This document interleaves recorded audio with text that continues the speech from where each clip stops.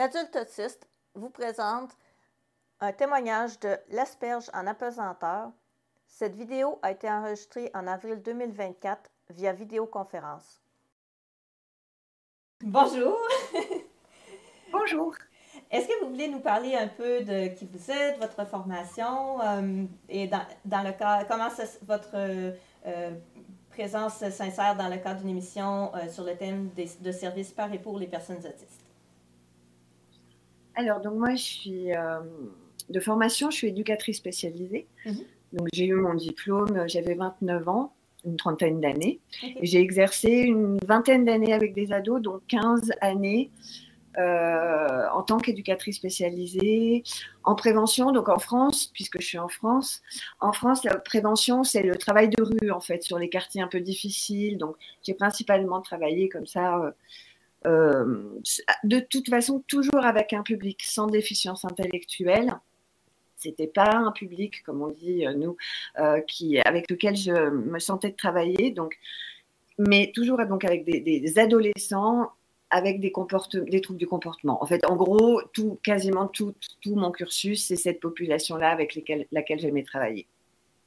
Donc moi, j'ai exercé, sauf que je ne savais pas que j'étais autiste, en fait, puisque j'ai eu mon diagnostic à 52 ans. Donc, j'ai exercé, oui, voilà, une quinzaine d'années. J'ai eu 4 enfants, donc ce qui m'a occupée un petit peu aussi. Et puis, j'ai repris le travail il y a quelques années, il y a 6 ans à peu près, en ITEPS. Donc, un ITEPS, c'est une structure qui accueille des jeunes, mais il y a tout à la fois le médical, le scolaire et l'éducatif dans l'institution. Et ce sont des jeunes, donc des enfants jusqu'à la majorité, qui ont des gros troubles du comportement et qui ne peuvent pas être scolarisés en milieu ordinaire, mais avec une capacité de scolarisation. Et donc, gros troubles du comportement. Voilà. Ça, c'est mon dernier poste. Et puis, je ne sais pas si on parle tout de suite de ça ou si vous avez d'autres questions entre-temps. Bien, je vous remercie premièrement d'avoir défini le terme parce qu'effectivement, au Québec, les personnes ne seraient pas familières. Puis nous, on a des classes dans le système scolaire québécois qui accueillent les jeunes qui ont vraiment des grosses difficultés de comportement. Donc, c'est intéressant de voir que vous, c'est tout simplement pas dans le système scolaire, c'est un système parallèle, si je comprends bien. Oui. Avec l'objectif d'une réinsertion dans le système scolaire. L'objectif vraiment fondamental, c'est que c'est temporaire. C'est vraiment le temps de comprendre ce qui se passe, d'apporter et du soin et de l'éducatif, donc qui sont et chez les parents et en internat, c'est vraiment à la carte. Ça fait rêver comme ça, c'est l'idéal, mais c'est pas forcément comme ça que ça se passe vraiment dans la réalité. L'idée est bonne, mais enfin, il y a des structures qui fonctionnent et puis il y a des structures qui fonctionnent moins bien. Voilà. Et l'autisme, les enfants autistes et TDAH, enfin, les troubles du neurodéveloppement ne sont pas forcément encore très bien identifiés. Moi, je me souviens très bien qu'il y avait des jeunes qui étaient là, il y avait des diagnostics de psychose qui étaient posés. Voilà, une psychose à 7 ans. Parce que justement, les psychologues qui travaillaient dans les institutions étaient issus de la psychanalyse, on en parlait un petit peu avant, étaient issus de la psychanalyse. Donc, du coup, voilà, ces enfants-là étaient catalogués comme psychotiques. Alors qu'au final, il y en a un, tiens, non, finalement, il a un TDAH. Tiens, lui, il y a une suspicion d'autisme. Les éduques du non, il n'est pas autiste, il parle. Enfin, on en était là encore il y a 5 ans, quoi, en institution spécialisée. Donc, on a vraiment du retard sur les troubles du neurodéveloppement. Et voilà.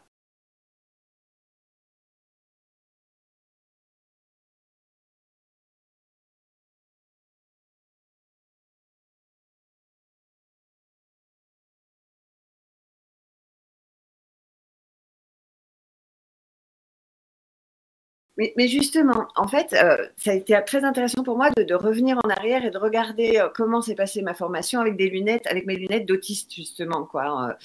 Et en fait, j'ai eu des conditions favorables, vraiment, en fait, qui ont fait que je suis passée à travers. Et Mais pour dire, la première année, je ne comprenais pas ce qu'on attendait de moi. Mais vraiment.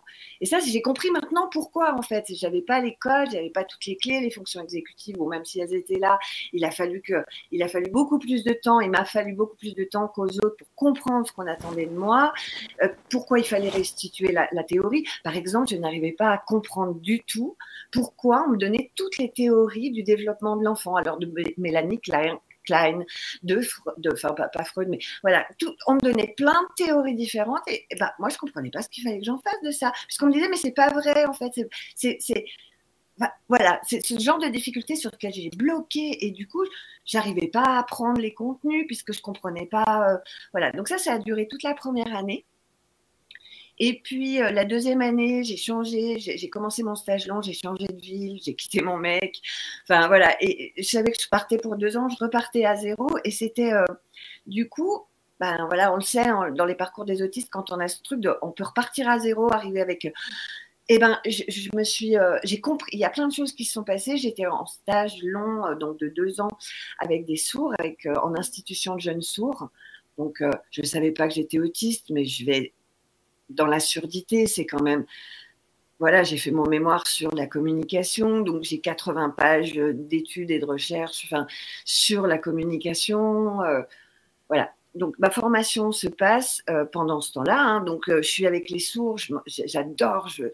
La langue des signes, ça me plaît énormément et je comprends maintenant que cette population de personnes sourdes, mais ils sont tellement expressifs, il y a pas de mensonge. C'est-à-dire que quand voilà, tout ce qu'il raconte, il l'accompagne d'expressions. Donc, mais c'est tellement simple de comprendre pour une personne autiste, en fait. Et donc ça m'a facilité énormément les choses. Et en formation, donc j'étais en stage les 3/4 du temps et une semaine de formation, voilà, de temps en temps. Et en formation, en fait, j'ai eu la chance d'être, on était un trio tout le temps. J'avais deux copains, en fait, deux amis, où on était tout le temps ensemble. Et très souvent, d'ailleurs, il y en avait un de chaque côté. Et on s'entendait très, très bien. Et on avait, je pense, leurs centres d'intérêt étaient les mêmes que mes centres d'intérêt restreints, enfin spécifiques, je préfère dire centres d'intérêt spécifiques. Du coup, ça collait, quoi, vraiment, et on s'est entraidés. Et moi, finalement, j'ai pas eu d'autres. Enfin, je parlais avec tout le monde, mais j'étais très protégée.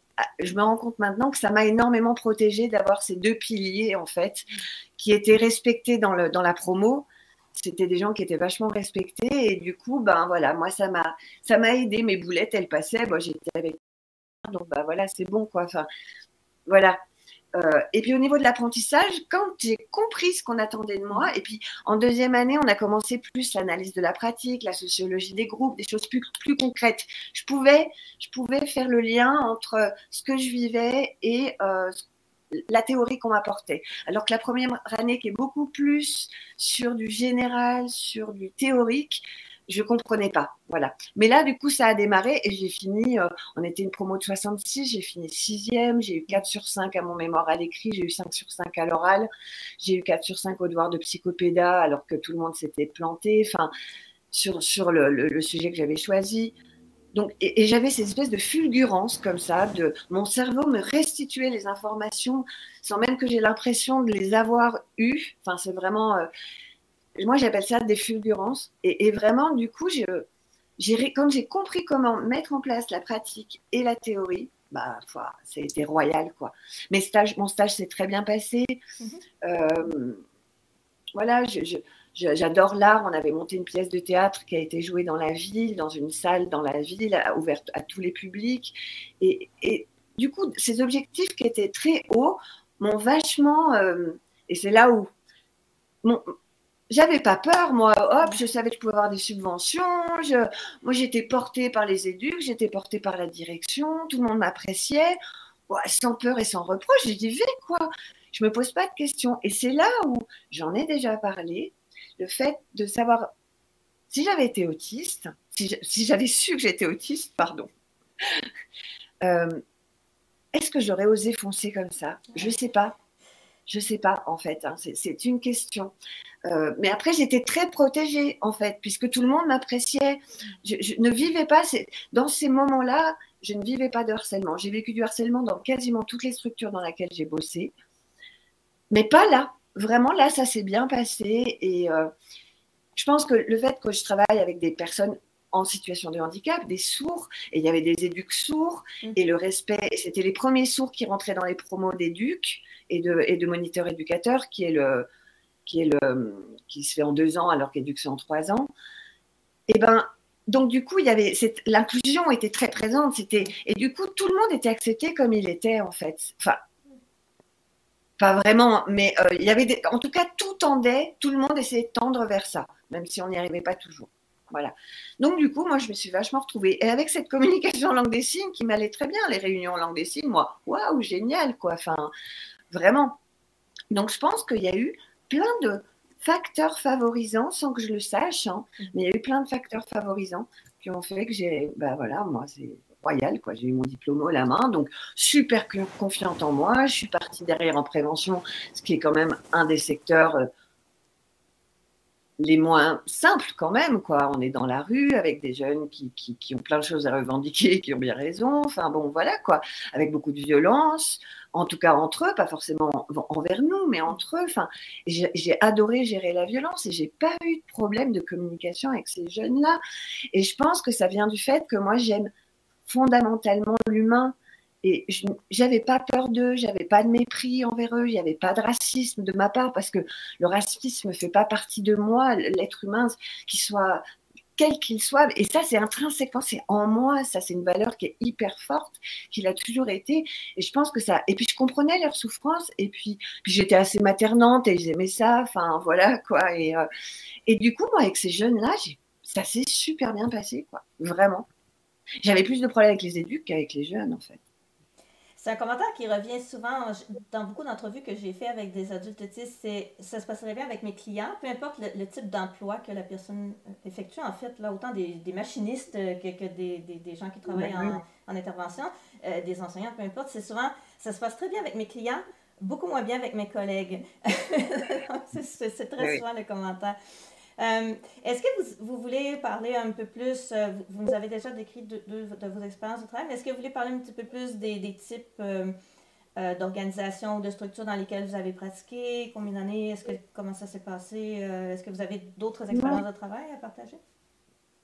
Je vais donner l'exemple de mon dernier emploi, donc dont j'ai parlé tout à l'heure, hein, dans cette structure-là, où en fait, c'était une structure qui était très jeune, qui avait 6 ans d'existence, et une nouvelle directrice venait d'arriver. On savait que la structure était maltraitante, même si c'était pas dit comme ça, on savait que c'était compliqué dans cette structure-là, vraiment. Et puis moi je postule parce que voilà, j'étais de nouveau complètement disponible et puis j'avais envie de rebosser en tant qu'éducatrice spécialisée. J'avais été surveillante, on appelle ça aide éducative, enfin dans les collèges et lycées, mais c'est très frustrant quand on est surveillant alors que son diplôme c'est éducatrice spécialisée, c'est frustrant d'être uniquement dans l'accompagnement des élèves dans un collège ou dans un lycée. Enfin bon, voilà. Donc du coup, là, je me suis dit, allez, tous mes enfants sont envolés, j'y retourne. Et puis, en fait, j'avais fait beaucoup, j'ai 25 ans de thérapie derrière moi pour comprendre pourquoi je me faisais tout le temps harceler, entre autres. Mais moi, il y avait vraiment ce truc-là. Qu'est-ce que chez moi voilà. Donc, j'étais contente. J'avais bossé 25 ans là-dessus. Et je me suis dit, c'est bon. Enfin, même s'il y en avait eu dans la vie privée, c'est différent dans le sens où, bon, voilà, avec l'intimité, d'autres choses s'y mêlent. Mais là, au niveau du boulot, quand même, voilà, non, ça a commencé très très vite. Mais il y a eu tout un facteur, c'est-à-dire que moi j'ai été mise sur le groupe parce que j'arrivais en tant qu'éduc qui revendique la non-violence éducative. C'est vraiment un truc fondamental pour moi, travailler le plus possible en coopération, en collaboration. C'est quelque chose que j'ai toujours eu en fait. C'est une valeur professionnelle pour moi qui est importante. Sauf que je savais que j'arrivais avec des enfants violents, enfin, qui ne pouvaient pas réprimer des crises de violence, voilà, bon. Et moi, ça m'intéressait vraiment beaucoup. Mais il était hors de question que je réponde à la violence par de la violence. Et moi, je me suis vraiment présentée comme ça sur le groupe des éducs. Donc, il y avait 2 éducs, on était 3, donc moi, j'arrivais, 2 autres éducs. et qui pratiquait, alors je vais aller rapidement, mais je me rends compte très très vite que les balayettes, je ne sais pas si vous voyez ce que c'est les balayettes, c'est quand, comme au foot, hein, quand on se jette les pieds devant sur l'enfant pour le faire tomber, quoi, hein, c'est ça, quoi. Donc pour l'arrêter dans sa pulsion d'aller casser quelque chose. Bon, moi je vois ça, pour moi, c'est juste pas possible. Ça, on règle pas. Non, c'est pas possible. Des punitions, genre privé de dessert, mais on est où? On est quand même en 2024, quoi. D'où on prive les enfants de dessert. Enfin, surtout avec des publics qui ont des problèmes un petit peu d'alimentation. Enfin, bon, mais tout me saute aux yeux. Donc, écrire des lignes pour des enfants pour qui le scolaire, c'est juste l'horreur, quoi. Leur faire écrire des lignes, je ne dois pas rôter à table. Enfin, des trucs. On est éducateur spécialisé, on a fait 3 ans d'études quand même. Enfin, non, c'est pas possible. Moi, j'ai des soulevages de matelas pour un jeune ado qui voulait pas rendre son téléphone, ils l'ont foutu par terre. Enfin, alors que moi, bizarrement, cet ado me rendait son téléphone tous les soirs. Il n'y avait aucun problème.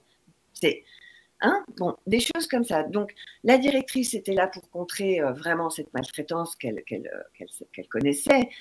Et ils ont choisi de le faire, pas du tout de manière ostentatoire. Hein. On ne dit pas qu'il y a de la maltraitance, surtout, mais juste, on va essayer d'instaurer de nouvelles règles qui vont faire où ils suivent, où ils sont obligés de partir. En gros, c'est ça la politique. Hein. Voilà, donc, sauf que moi, dans l'histoire, j'ai subi du harcèlement puisque j'étais la seule qui. Enfin, je veux dire, j'allais montrer. Non, bon, je ne savais pas que j'étais autiste, mais voilà, il y a tout un ensemble de choses qui font que j'en ai pris plein la tronche, que j'ai laissé énormément de plumes jusqu'au moment où je me suis effondrée, en fait. J'ai été mise en arrêt de travail parce que. La dernière réunion d'analyse de la pratique, je ne sais pas si vous avez l'analyse de la pratique, donc c'est les éducs en institution, normalement, de la même manière que les psys ont ce qu'ils appellent la supervision. Nous, les éducs, c'est de l'analyse de la pratique, donc où on revient sur des situations qui ont posé un peu problème, ou alors, voilà, un profil d'un enfant, qu'est-ce qu'on peut amener pour essayer, voilà, d'aller dans le bon sens dans l'accompagnement éducatif. Et c'était une analyse de la pratique, c'était sur les punitions. Et donc moi, je suis contre les punitions, je suis pour la réparation, par contre. C'est-à-dire que, bien sûr que c'est pas ne laisser faire n'importe quoi, surtout pour des enfants qui ont cassé ou qui ont… Mais justement, la réparation est très importante et tout ce qu'on va pouvoir y mettre derrière. Et le psy et ma directrice qui savait que là-dessus, j'étais au top, c'était ma façon de travailler. Bon, ça se passait très très mal, j'étais en train de vriller, hein, j'étais en burn-out autistique, je ne le savais pas encore, mais il me dit, alors Virginie, qu'est-ce que vous en pensez? Je crois que ça s'est passé comme ça. Je parle, persuadée d'avoir réussi à parler, et il me dit, mais Virginie, je ne comprends pas ce que vous dites en fait. Vous êtes en train de me dire le contraire de ce que vous pensez. Il me dit ça. Et là, je me dis, waouh. Bon, et puis tout un ensemble de choses qui s'est passé pendant cette séance d'analyse de la pratique, hop, et là, j'ai dit non, mais le soir, je rentre.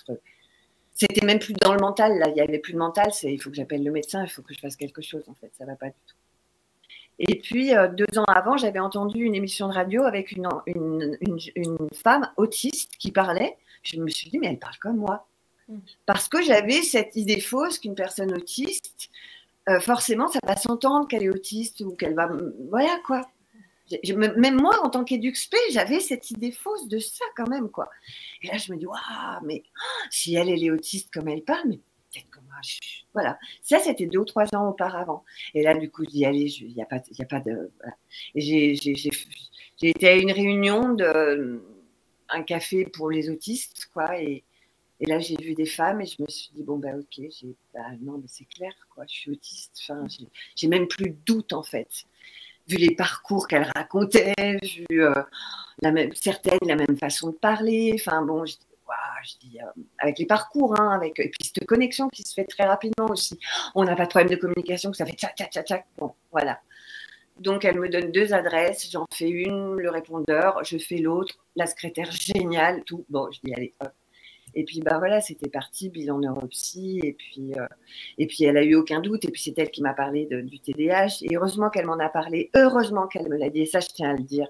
Parce qu'il y a une espèce de politique parfois médicale qui dit un diagnostic, enfin, est-ce que le TDAH c'est le TDSA? Alors que maintenant, on sait que la moitié des TDAH sont un TSA. Enfin, bon, bref.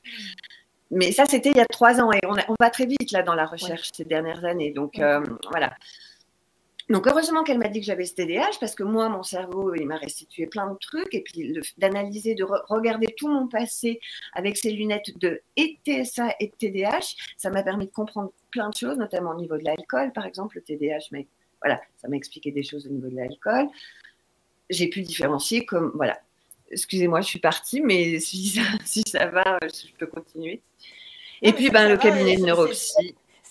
Tout ce que vous dites correspond à énormément de ce que disent énormément d'autres personnes autistes. Exactement. Alors, c'est super quand une personne en témoigne en public parce que souvent les gens sont seuls chez soi à vivre ces choses et leur entourage va leur dire « Ah, mais c'est juste toi qui as ce problème ou qui as cette difficulté ou qui rencontre cet obstacle systémique. Et alors que c'est totalement faux. » Oui. Donc, du coup, voilà, cabinet de neuropsy, après confirmé par un psychiatre spécialisé dans le TSA. Et puis, donc, en même temps, donc, je suis en arrêt de travail. Et puis, en arrêt de travail, j'arrive à la fin de l'arrêt de travail, payé à 100%. Mon médecin qui me suivait depuis 25 ans me lâche sur le TSA, sur le TDAH. Il était homéopathe. Désolée, il a voulu me traiter le TDAH avec de l'homéopathie. Voilà quoi, il n'y croyait pas du tout. Il m'a lâché. Enfin, c'est moi aussi qui l'ai lâché parce que du coup, je me suis dit mais qu'est-ce que je vais faire, avec ce médecin-là, quoi. Et du coup, je me retrouve, mon boulot, je peux pas y retourner. Je suis pas en état de retourner travailler à ce moment-là, clairement. Et là, j'ai le discernement de savoir que je ne peux pas aller travailler là. Je me mettrai en danger, je mettrai les enfants en danger parce que j'ai les fonctions exécutives, ça, tout a lâché là, tout a sauté. Et donc j'appelle ma directrice, moi je suis très isolée à ce moment-là, je suis toute seule en fait.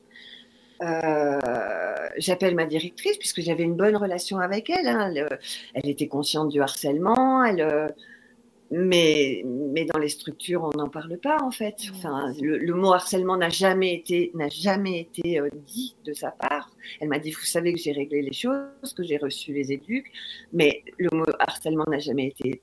Et puis moi, dans cet entretien, je me suis, comment dire, je lui ai dit que mes fonctions exécutives étaient en berne, que je savais pas quoi faire et que j'étais autiste. Donc voilà. Et elle me dit, mais qu'est-ce qu'il faudrait? Je dis, il faudrait un aménagement pour que vous reveniez parce qu'on aimerait que vous reveniez. Pour elle, c'était pas un problème en fait. Je dis, il faudrait qu'il y ait des aménagements et il faudrait que les gens sachent que je suis autiste parce que il y a des choses, ça va au-delà des lumières et puis des choses comme ça. Et elle me dit, mais ça va pas être possible tout de suite. Elle l'a dit qu'une seule fois. Et après, ils m'ont proposé une lettre de rupture conventionnelle, c'est-à-dire que c'est un accord amiable en fait, où je vais pouvoir toucher les indemnités derrière de chômage, mais voilà. Qu'est-ce que vous voulez que je fasse moi à ce moment-là? J'ai appelé une avocate qui m'a dit si tu peux pas prouver le harcèlement et c'est très difficile à prouver, donc voilà quoi. Et moi je me voyais pas, ne serait-ce qu'à le remonter, passer 1 heure là-haut, c'était pas possible, même 1 heure, c'était pas possible quoi. Je pouvais même pas conduire en fait. Du coup j'ai accepté de signer la lettre de rupture conventionnelle en fait. Mais j'avais pas le choix dans les circonstances telles qu'elles sont actuellement en France. Puis j'étais pas en état de me battre de toute façon. Non, c'est ça. Donc j'ai perdu mon emploi comme ça. Et du coup, voilà, ma neuropsy avec laquelle j'ai fait un peu des vidéos, j'ai participé à des formations pour les psys, pour parler de l'autisme un peu de l'intérieur, mais avec un regard quand même professionnel. Et puis le Covid est arrivé. Donc du coup, confinement, voilà, et puis voilà. Et puis après, j'ai eu accident de vie. Ma fille, une de mes filles aînées a eu des gros soucis de santé. J'ai dû m'en occuper. Alors là, j'ai aussi une expérience des danses et de ce qui se passe en psychiatrie remarquable vis-à-vis de l'autisme, puisque ma fille, du coup, a eu un diagnostic d'autisme aussi. Et voilà. Et là, ben, j'ai ouvert ma page en me disant, ben, je vais quand même pouvoir faire 2-3 accompagnements. Enfin, ça peut intéresser quand même une EduxP autiste. On pourrait le Alors, j'ai croire. pas fait. On pourrait le croire, en tout cas. Oui, je me disais, il y a peut-être quand même une ou deux personnes que ça peut intéresser, enfin quelque chose, quoi. Et puis, tout en parlant de l'autisme voilà, avec des informations novatrices, j'ai essayé un petit peu de générer ce truc-là. J'ai pas non plus fait une com monstrueuse. Après mon bac, j'ai fait c'est intéressant, c'est un BTS, enfin, une formation de marketing communication. Mais en fait, moi, c'était le mot communication, encore une fois, qui m'a attirée. Je me suis dit, oula, je vais y aller. Ça m'a rien appris sur la communication, ça m'a juste appris comment manipuler les masses, en fait. Et ça m'a pas plu du tout, mais j'ai quand même, pendant un an, fait ce BTS, enfin, fait une année. Et ça m'intéresse pas sur Facebook d'utiliser les trucs de. Moi, ce que j'avais envie, c'est que vraiment les gens, ça les intéresse, que ce profil atypique les intéresse. Donc, j'avoue, j'ai pas non plus payé un abonnement Facebook pour que mes publis, elles partent, aller contacter l'asperge en apesanteur, machin, tout ça. Je l'ai pas fait, hein, donc on est bien d'accord. Mais j'avais quand même un petit réseau. Et c'est marrant parce que les psys, moi, je suis bien suivie par des psys, eux, ils m'apprécient, enfin, vraiment, quoi. Je me sens d'égal à égal, avec certains, pas avec tous, on est bien d'accord. Hein. Mais avec certains, il y a vraiment, on est, voilà, professionnel à professionnel, on peut échanger, c'est génial, quoi. Mais de la part des parents, j'ai pas eu un seul contact de parents. J'ai eu des contacts de femmes autistes ou se pensant autistes que je vais avoir guidés vers les professionnels compétents. Mais je pensais peut-être pouvoir faire un peu des accompagnements visio, tout ça. Bon, sachant quand même que je m'occupais en même temps de ma fille à plein temps qui était en burn-out autistique, enfin, donc pas complètement disponible non plus, les fonctions exécutives qui se remettent en place, mais c'est pas non plus le top top. Donc voilà, mais en tout cas, il n'y a pas eu du tout un accueil comme moi je pensais que ça pourrait être reçu. Je sais qu'il y a des éduques aussi qui me suivent, qui comprennent que mon expérience a de la valeur, mais en institution actuellement, il y en a un des éduques qui bossent en institution. J'ai quelques exemples, mais il n'y a pas de statistiques, on n'en sait rien, puisqu'il y en a plein qui ne le disent pas. Et ceux qui le disent sont peut-être plus avec de la déficience intellectuelle. Voilà, c'est plus accepté quand. Voilà. Mais il n'y a pas d'études là-dessus, donc on ne peut pas le savoir. Et ça, c'est quelque chose que je voudrais dire, c'est que moi, je me suis cassé la figure à 52 ans. Mais si j'avais eu des conditions financières propices, parce que j'ai été dans la précarité avant, donc si j'avais eu toute ma vie des conditions financières propices, un entourage familial aidant, moi je passais à travers du diagnostic complètement, je passais à travers, jamais. Donc c'est moi ces accidents de vie qui ont fait, mais ça veut bien dire qu'il y a plein d'éducs et on le sait, nous en tant qu'autistes, on sait très bien que mais il y a d'autres éducs, on sait notamment qu'il y a la moitié des femmes autistes qui ne sont pas diagnostiquées, par exemple. Donc elles sont où? Elles sont bien quelque part. Et comme on est beaucoup de femmes, et même des hommes, à être dans le care, notre intérêt spécifique va être le care, il y a plein d'éduxp autistes, il y a plein d'infirmiers autistes, enfin plein, à mes yeux c'est plein, forcément c'est beaucoup moins, mais et on ne le sait pas en fait, donc la pérédance, puisque le sujet c'est la pérédance, je voulais dire, il y a une tribune en France qui a été signée il n'y a pas longtemps par des professionnels en disant, qui remettaient en question la notion de pérédance, en parlant du discernement, en parlant du fait que voilà, qu'on ne serait peut-être pas capable de discernement tout le temps, et puis que on serait peut-être apte à virer un peu sur des dérives sectaires, des choses comme ça. Donc par rapport à ça, moi, je ne sais pas comment dire, mais le discernement, Moi, j'ai plein d'exemples de psychiatres actuellement et de médecins qui se sont un peu foirés dans le discernement autour de ma fille, par exemple, qui est OK pour que j'en parle. Je veux dire, la psychiatre qui, au bout du deuxième rendez-vous, dit à ma fille, donc au troisième rendez-vous, oh bah mince, t'as fait une crise de déréalisation et de dépersonnalisation, j'ai rien vu faire.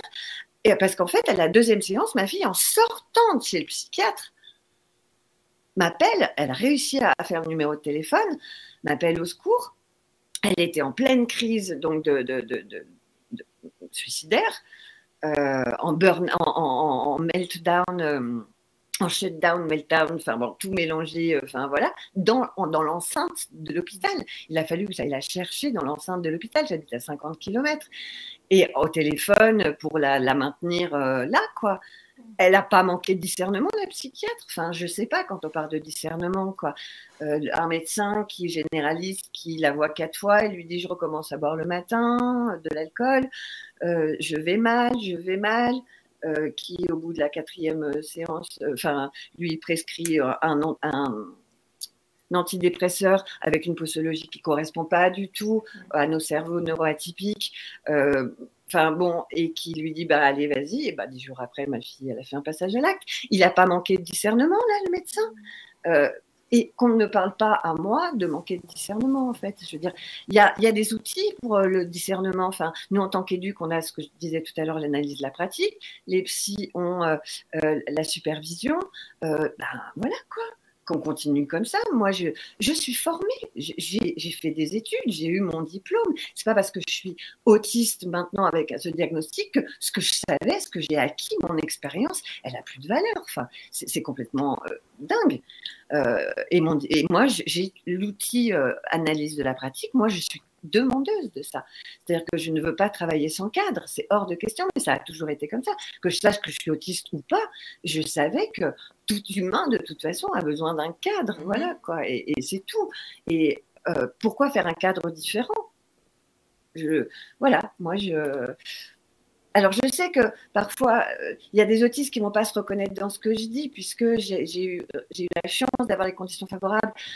Et je suis désolée si j'en blesse certains, c'est ce que je peux dire, parce que, voilà, oui, j'ai montré qu'on peut être capable, mais à quel prix? Moi, je me suis effondrée, quoi. Je me suis complètement effondrée. Donc, il faut trouver un juste milieu, en fait. C'est-à-dire qu'il ne faut pas foncer comme moi j'ai foncé, parce que j'ai laissé des plumes, je ne sais pas comment je suis encore vivante, mais il y a un juste milieu, quoi, entre... On est des inférieurs, on n'a pas de capacité de discernement, on n'est pas capable, et puis, voilà, il y a des outils, et moi, ça, c'est une grande souffrance, c'est une grande douleur, vraiment. Et actuellement, il y a quelque chose qui est très difficile pour moi, c'est que je n'arrive plus à lire d'études et de recherches en ce moment médicales depuis un mois et demi, parce que je ne supporte plus les termes de déficit, de dysrégulation, comment dire, de tous ces termes de lacunes, voilà. Je comprends bien, oui, on peut les appeler comme ça, c'est ok. Mais moi, du coup, j'ai l'impression que les qui s'en rendent compte quand même. Je ne suis pas que lacunaire, quoi. Oui, exact. Le problème est dans...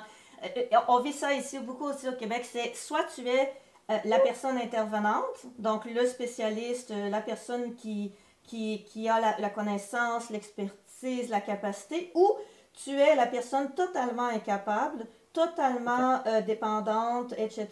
Et moi, personnellement, je le vis énormément parce que je suis une personne qui a aussi eu un diagnostic tardif et donc qui avait beaucoup foncé dans la vie, mais je me suis retrouvée à 37 ans en situation d'invalidité aussi. Mais par contre, les gens, et comme je m'exprime quand même assez bien aussi, comme vous, souvent même les professionnels ont beaucoup de difficultés. Même ma psychiatre va me dire, oui, mais tu parles avec éloquence, jusqu'à temps que je suis dans une journée où je deviens non-verbal. Et dernièrement, je me suis désorganisée dans son bureau et elle croit que j'ai fait une crise de colère. J'étais en état de catatonie. Je n'arrivais même plus à bouger ou à parler. En fait, je n'arrivais même plus à percevoir l'environnement autour de moi.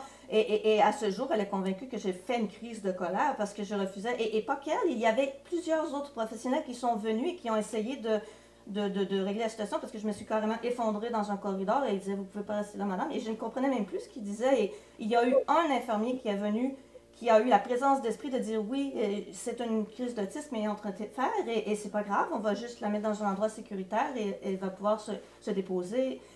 Mais si cet homme-là n'avait pas été là cette journée-là, qu'il y avait juste eu ses collègues qui avaient été là, qu'est-ce qui serait arrivé? J'aurais encore été attachée et tout. Donc, effectivement, le jugement, le discernement dont vous parliez tantôt, on ne peut pas dire que c'était très fort. Et c'était, nous, au Québec, c'est la psychiatrie qui donne les soins pour les personnes autistes. Donc, je veux dire, c'est considéré comme des personnes spécialistes là, dans le sujet. Puis l'autre problème que vous dites aussi, vraiment, c'est ça, là, de soit vous êtes tout capable ou tout incapable. On le vit beaucoup ici aussi, et en santé mentale aussi, je l'ai vu beaucoup. Et ça, c'est quelque chose que je pense vraiment qu'il faut travailler à changer. Je veux dire, moi, j'ai besoin de soutien, plein de formes de soutien, mais je suis aussi une père aidante pour plein de gens. Je suis aussi une personne qui organise des choses pour la communauté autiste. Donc, je ne suis pas que l'un ou que l'autre, je suis les deux. Et ensuite, on me dit que moi, j'ai de la difficulté avec les subtilités et ces choses-là, alors que je constate quotidiennement que les gens autour de moi ont beaucoup de difficultés avec ça. Exactement, tout à fait. Mais je suis contente que vous le dites parce que souvent, j'ai l'impression d'être la seule à nommer ces choses-là. Donc, je suis heureuse de voir que, et même de l'autre côté de l'océan, il y a des gens qui expérimentent. Vous avez parlé donc un peu de qu'est-ce que ça vous a apporté quand vous avez vos diagnostics. En fait, ce que je comprends, entre autres choses, c'est que ça vous a permis de vraiment plus vous questionner sur qu'est-ce qui serait adapté pour vous, comment vous pourriez réorganiser votre vie d'une manière qui soit plus respectueuse de votre réalité, etc. Est-ce que vous avez d'autres choses à dire sur qu'est-ce que ça vous a apporté, vos diagnostics? Le diagnostic, qu'est-ce que m'a apporté quoi, pardon? Le fait d'obtenir le diagnostic, parce que souvent les gens se disent, mais pourquoi j'irais chercher un diagnostic à 30 ans, 40 ans, 50 ans?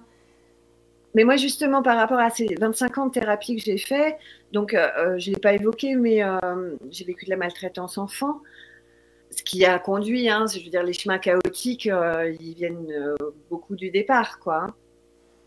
Et ce que ça m'a apporté, donc, puisque j'avais cette vision très psychanalytique de mon histoire, puisque les thérapeutes m'avaient guidée un peu là-dessus, notamment, par exemple, pourquoi je ne mangeais pas quand j'étais enfant.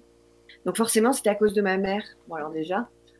Alors, mais ma mère était réellement maltraitante, donc du coup, bon, voilà, quoi. Et quand, bah voilà, le diagnostic d'autisme, ça m'a fait me rendre compte que oui, effectivement, je ne mangeais pas, mais parce que j'ai des hypersensorialités et des hyposensorialités au niveau des textures, au niveau des goûts et au niveau olfactif qui sont hyper importantes.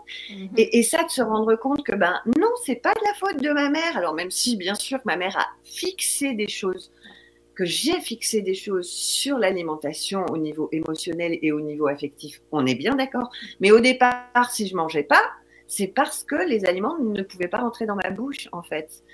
Et ça, quand, voilà, c'est bien de comprendre que tout ne peut pas être expliqué. Enfin, moi, j'ai bien aimé avoir les précisions de l'exactitude du sens de certaines choses de ma vie, quoi. Voilà. Vous avez avec un œil non biaisé. Oui. Avec un œil non biaisé. Oui, exactement. Je ne sais pas si vous avez aussi eu cette expérience, mais moi, ça m'a permis de refaire tout le récit autobiographique de ma vie là, et de mieux comprendre ce qui s'était passé. Et de mieux comprendre la famille aussi, mieux comprendre ces vieilles tantes aigries. Elles étaient, maintenant qu'on sait que c'est génétique, hein, et maintenant, ça y est, bon, on peut le dire, ces vieilles tantes qui étaient aigries, qui vivaient toutes les deux, qui tenaient un magasin, qui étaient hyper ritualisées. Et ben c'est elles qui m'ont apporté de l'amour, c'est elles qui m'ont élevée en partie, et c'est grâce à elles si j'ai pu comprendre certaines choses, quoi. C'est elles qui m'ont apporté de la ressource. Le fait qu'elles avec elles, je mangeais, j'avais aucun problème. Sauf qu'elles passaient 1 heure à me préparer le repas tous les soirs, en fait. Et on allait ramasser les légumes ensemble au jardin. Et puis, elles me montraient comment on faisait. Et puis, elles mettaient systématiquement du beurre dans tout, puisque j'ai un problème avec l'acide. Elle avait compris que quand elle me mettait du beurre partout, je pouvais manger de tout. Bah, du coup, voilà. Et puis, mon palais, il s'est fait. Et puis voilà. Mais donc, d'avoir cette lecture-là, moi, je n'avais l'image de ces vieilles femmes que des femmes aigries et puis un peu méchantes. Mais avec moi, j'ai lu les choses autrement, en fait. Elles ne supportaient pas qu'on les touche. Ah bah ouais, bah oui, je comprends, quoi. Et puis, tout s'explique, en fait, et autrement. Et du coup, ça m'a permis d'aimer d'accepter l'amour alors que je me dis oh voilà. Et puis ça m'a permis de m'aimer fondamentalement, de me pardonner de plein de choses, de me pardonner de mes erreurs avec mes enfants, de me pardonner de l'alcool, de me pardonner. Moi j'ai eu l'alcool festif un peu trop important à un moment donné. Ça m'a permis de voilà, c'est énorme quoi, ce diagnostic. C'est une réparation interne à partout quoi. C'est vraiment une espèce de truc qui t'envahit partout. Bon, c'est pas que linéaire, ça fait pas que du bien ce diagnostic. Il y a des moments où waouh quoi. Mais moi j'ai jamais eu ce sentiment que les autistes étaient inférieurs. Donc ça a été plus facile pour moi d'accepter le diagnostic, puisque comme je disais tout à l'heure, tout être humain a de la valeur. Donc bon, pour moi j'ai pas eu ce choc à passer en fait. Mais il y a quand même des moments où c'est super dur, quoi, parce que notamment voilà, en ce moment, ce truc des médicaux qui n'arrêtent pas de parler qu'on est déficitaire. Enfin, j'en reparle parce que j'avoue que vraiment, je pense qu'il y a une autre façon de présenter les choses, quoi. Enfin, voilà. Je me souviens, un formateur en formation d'EduxP, et j'avais adoré ça, qui nous avait dit quand vous écrivez, quand vous faites un rapport sur une famille ou sur un enfant, ce qui est génial dans l'idéal, c'est d'arriver à ce que, une fois que votre rapport est écrit, l'enfant ou la famille puisse lire le rapport. Oui. Ça veut dire qu'il y aura un respect fondamental, total de la personne. Eh bien, moi, j'aimerais que ce soit la même chose. Quand ils parlent de nous, qu'ils se disent, est-ce que c'est entendable pour la personne, quoi, enfin, est-ce que c'est pas trop violent pour la personne voilà, quoi. Moi, je parle de codes différents, je parle pas de... Moi, la théorie de l'esprit, ouais, ok, mais peut-être que moi, j'utilise des codes différents intrinsèquement au départ, peut-être que respecter mes codes, c'est peut-être pas mal non plus, quoi, enfin, voilà. Donc, comment les clients ont réagi? En fait, est-ce que vous avez eu des gens qui ont... Quand vous avez commencé à partager votre page Facebook, à essayer d'aller chercher de la clientèle, comment les gens ont réagi? Est-ce que vous avez reçu des messages, par exemple, de gens disant « Ah, mais je ne ferai jamais affaire avec une personne autiste ». Comment ça s'est passé? Eh ben non. Alors, moi, c'est un peu particulier parce qu'il y a eu un petit harcèlement dans la vraie vie. Enfin, voilà, sur le fait que... Parce que j'étais un petit peu connue dans le milieu culturel à un moment donné. Enfin, bon, pas grand-chose, mais... et j'ai pas pu résister. Enfin, pour plein de raisons. Il y a plein de raisons sur le fait que j'ai dit que j'étais autiste, en fait. Que je ne l'ai pas caché au départ. Je l'ai pas fait anonymement. Et que je ne regrette absolument pas, mais du coup, c'était un peu tendre le bâton pour me faire battre. Et moi, j'étais prête sur ma page. J'étais vraiment prête à réagir. Et à accueillir de l'agressivité. Enfin, moi, j'ai tenu un groupe qui avait 7000 membres en autogestion. Alors, ça a fonctionné jusqu'à 4-5 000 membres en autogestion. Enfin, bon, ça se passait très bien. Donc, ça ne me faisait pas peur. Aucune réaction. Rien. Mais vraiment, le silence absolu. Personne n'est venu. Alors, 2-3 proches sont venus me dire « Waouh, quel courage !» Enfin, bon, voilà, mais rien. Et je crois qu'il n'y a rien de pire, en fait, que le rien. Ça a été vachement dur, quoi, vraiment. Et heureusement que j'avais cette neuropsy qui m'a encouragée, avec qui j'avais commencé un petit peu à faire des formations. Enfin, voilà, j'ai reçu un peu des encouragements. Puis après c'est pas grave. Quand j'ai vu que ça ne marchait pas, j'ai dit... Moi, je fonce. Il faut que je continue. C'est tout, quoi. Ma ligne de conduite, c'est dénoncer, c'est faire en sorte que les choses, elles bougent. Et puis, je peux pas avoir ma place là pour le moment. Ce qui est compliqué, c'est que du coup, je me sens ni une place chez les autistes, ni une place chez les alistes, en fait. J'ai un peu du mal à trouver ma place. Voilà. Mais... Voilà, il y a plein de facteurs qui ont joué dans le fait que... Et puis je comprends, il y a des parents qui, quand ils regardent ce que je dis, il y a certains parents, c'est difficile. Des parents d'enfants autistes non oralisants, m'entendre moi, je comprends que ça soit violent, donc je leur conseille de ne pas regarder. Enfin, franchement, quoi. Mais voilà, moi j'ai eu beaucoup de retours de femmes qui se questionnaient, mais à qui on a dit non, mais ça va pas. Enfin, voilà, quoi. Et puis... c'est pas grave. Moi, j'ai décidé. Moi, je m'occupe de ma fille. je fonce, voilà. Quand j'ai envie d'écrire quelque chose, quand mon cerveau me restitue des informations, moi je parle pas d'instinct ou je parle pas de, comment on appelle ça, merde, je vais pas retrouver le mot, d'intuition.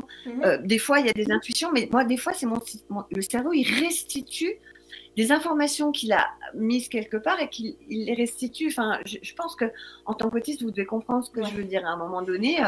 Voilà, avec l'expérience, avec les cours, avec tiens, là je lis ça dans la recherche, paf, paf, mon cerveau me dit, oh, par exemple, les hormones, c'est un truc, j'ai compris ça tout de suite, toute seule, quoi. Et puis maintenant, depuis, il y a eu plein de trucs qui sortent sur les hormones. Enfin, on est quand même. Ce que je veux dire, c'est que je sais plus pourquoi je suis partie là-dessus. Si vous pouvez me rappeler. Je vous demandais comment les gens avaient réagi en fait au démarrage de votre page et si les gens avaient répondu. Oui, bon, vous avez dit que non, en fait, c'est le silence. Je suis partie loin. Mais oui, donc je pensais quand même qu'il allait y avoir des détracteurs, qu'il allait y avoir. Ben, il n'y a rien eu. Voilà. OK. Oui. Et donc, vous n'avez pas réussi à bâtir votre clientèle? Non, non, non. Ce qui est fort dommage non, parce que vous pourriez... Mais je suis en je suis en invalidité, ça aussi, quand le médecin, là, c'est ce fameux médecin là qu'on a quitté, bien sûr, il m'a mise en invalidité. Bah ok, mais on accompagne l'invalidité, enfin je sais pas quoi. Donc là, moi j'ai changé de médecin et je suis très très entourée là actuellement. J'ai changé de département aussi et je suis vraiment très bien accompagnée au niveau social, au niveau médical et au niveau psy. Enfin, il me manquerait un psychiatre spécialisé TSA, TDAH vieillissant, mais ça, il n'y en a pas. Donc, voilà, quoi. Bon. Mais sinon, donc, je suis accompagnée, ça va. Mais j'ai vis très mal cette invalidité, en fait. Parce qu'en plus, je me rends compte qu'il y a des choses que je n'arrivais pas à faire il y a un an, que j'arrivais plus à faire il y a un an, que j'arrive de nouveau à faire maintenant. Donc, c'est compliqué parce qu'en France, moi, je ne suis pas suivie médicalement. Je n'ai pas les moyens, en fait. Donc... du coup, et puis vous imaginez bien que si je vais dans les centres ressources autisme alors que je parle, que j'ai bossé 20 ans, ils vont invalider mon diagnostic, quoi. Enfin, donc je peux pas être aidée, je peux pas recevoir d'aide. Donc là, j'ai le minimum, mais j'ai le bon minimum en fait. J'ai de la chance, vraiment. Voilà. Mais j'espère en tout cas qu'au moins on pourra contribuer un peu à faire la promotion de votre page et peut-être aussi à... Ben voilà.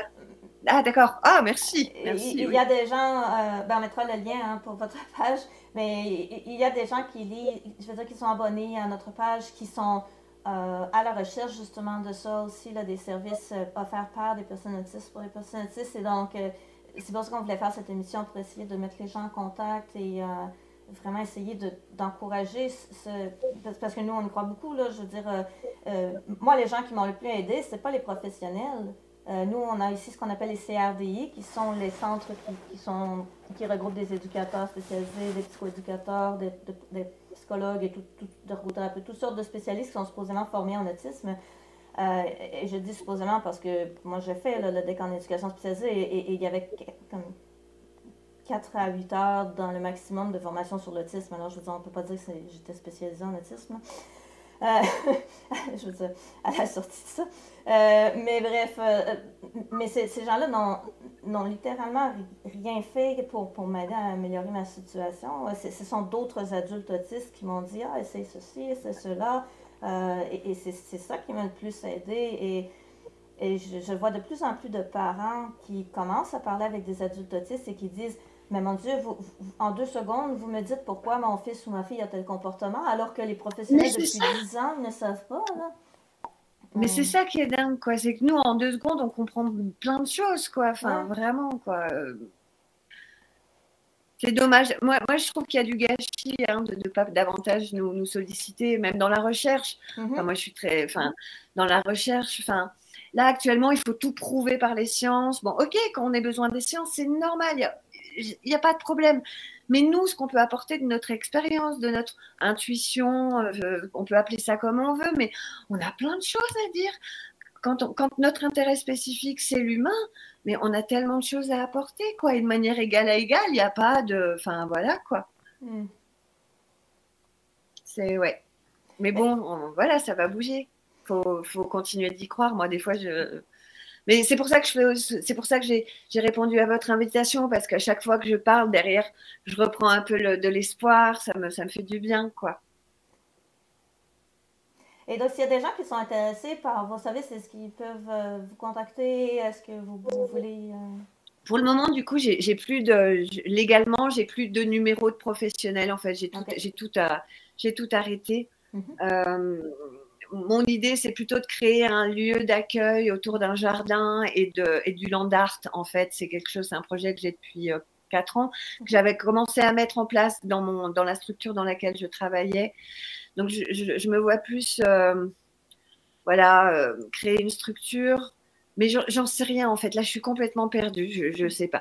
J'ai aussi postulé là pour le DU il y a un diplôme universitaire de père et danse en Mm. psychiatrie, Ok. pas très loin de chez moi. Donc, je viens de postuler. Donc, tout va dépendre un peu de tout ça, quoi. Mais je suis vraiment dans une phase que je déteste de latence, là où je sais pas ce que je vais faire. Et quand on a un TDAH, et qu'on a eu toute sa vie, même si j'ai laissé des plumes, mais ce qui m'a maintenu en vie, c'est d'avoir toujours des projets, en fait. Ouais. C'est ça qui m'a porté. Et là, le fait de ne pas savoir où je vais, ça m'aide pas à aller mieux, en fait. Enfin, Ouais. ça m'aide pas à reprendre du poil de la bête. Enfin, voilà. Ah, j'en doute pas. Je comprends vraiment cet aspect.